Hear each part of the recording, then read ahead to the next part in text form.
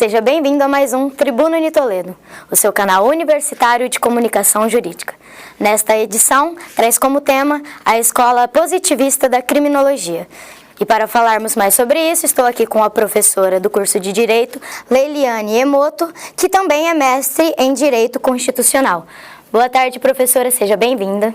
Obrigada, muito obrigada pelo convite, agradeço à instituição Toledo e ao coordenador, professor Renato. Professora, o que a criminologia estuda? Nós podemos entender o que a criminologia estuda começando pelo conceito de criminologia.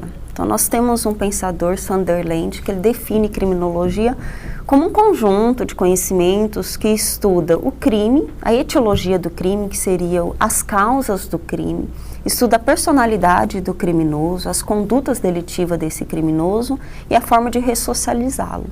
Quando nós pegamos esse conceito, ao olharmos para ele, nós já conseguimos derivar quais são os objetos da criminologia. Então, nós poderíamos dizer que a moderna criminologia ela estuda o delito, o delinquente, a vítima e o controle social. Qual foi a primeira escola de criminologia e o momento histórico científico em que ela se encontra? A primeira escola, cientificamente, foi a escola positivista. O momento histórico era propício para isso. Por quê? Nós estamos no século XIX, com a Revolução Industrial, criando os grandes centros, as grandes cidades, e tudo isso ensejou o aumento da criminalidade. Havia um fortalecimento do capitalismo, a Revolução Industrial, mas a criminalidade também aumentava. Então, viu-se a necessidade de estudar o crime de maneira científica. Vem a escola positivista com essa intuição e estuda especificadamente o criminoso de forma científica. Qual que é o método e o objeto de estudo da escola positivista? A escola positivista, ela surge em um período que predominava as ciências naturais. Então, qual que era a metodologia das ciências naturais? Era uma metodologia indutiva, utilizava-se um método experimental, empírico. Quando nasce a criminologia, que é uma ciência social, ela se apropria de toda essa metodologia das ciências naturais e utiliza.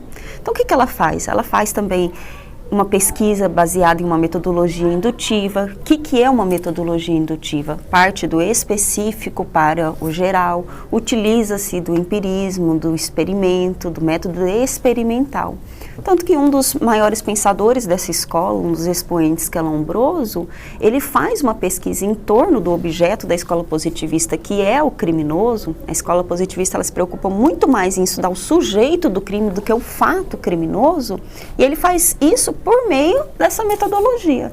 Então ele estuda os crânios de delinquentes, estuda os delinquentes, a fisionomia desses delinquentes, baseado nessa metodologia das ciências naturais. Quais os fundamentos do positivismo de Lombroso, Ferri e Garofalo? Bianca, quando a escola positivista ela nasce, ela vem para se contrapor à escola precedente, que é a escola clássica.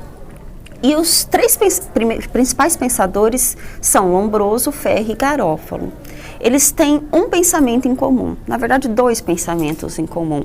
O primeiro é o conceito de crime. Então, crime para a escola positivista e para esses três pensadores é um fenômeno social e natural. Ao contrário do que defendia a escola clássica, que dizia que o crime era um ente jurídico. E para os positivistas, eles também defendem em comum que a pena ela serve como uma defesa da sociedade visando ressocializar ou reabilitar o delinquente. O que para a escola clássica não predominava, porque para a escola clássica a pena ela servia como uma retribuição do mal. Exclusivamente isso, porque o sujeito que participava de um contrato social, a formação de um Estado por meio de um contrato social lá, defendido por Rousseau, ele praticou um mal e seria ele retribuído um mal. Ponto. Era para isso que servia a pena. E esse é o pensamento que esses três doutrinadores, pesquisadores, cientistas tinham em torno do crime e da pena em comum. Mas especificadamente, cada um deles colaboraram para a criminologia. Começando por Lombroso, que foi muito marcante nessa escola positivista, ele defendeu que o criminoso era um ser atávico. O que é ser um ser atávico? É aquele ser que não evoluiu. baseado no pensamento de Darwin, que era predominante naquela época, o sujeito ele é criminoso porque ele sofre de atavismo, ele tem uma regressão ao ser primitivo. Então, é como se o criminoso fosse um selvagem que nasce criminoso. Discípulo de Lombroso vem Ferri. Ferri é até genro de Lombroso. Mas ele faz uma análise do crime muito mais ampla do que Lombroso. Porque ele diz, olha, o crime, ele não é influenciado só por fatores antropológicos ou biológicos, como Lombroso defende. Ele se alarga e tem influência de fatores biológicos, antropológicos, sociais e físicos. E por último, nós temos Garófalo. Garófalo, a grande contribuição que ele teve para a criminologia, para essa escola positivista, foi conceituar o que é um delito natural. Então ele almejou chegar a um conceito do que é um delito natural. Então, primeiro, o que é um delito natural? É definir se existe determinada conduta que em qualquer tempo, em qualquer momento, ela pode ser considerada crime. E ele diz, existe.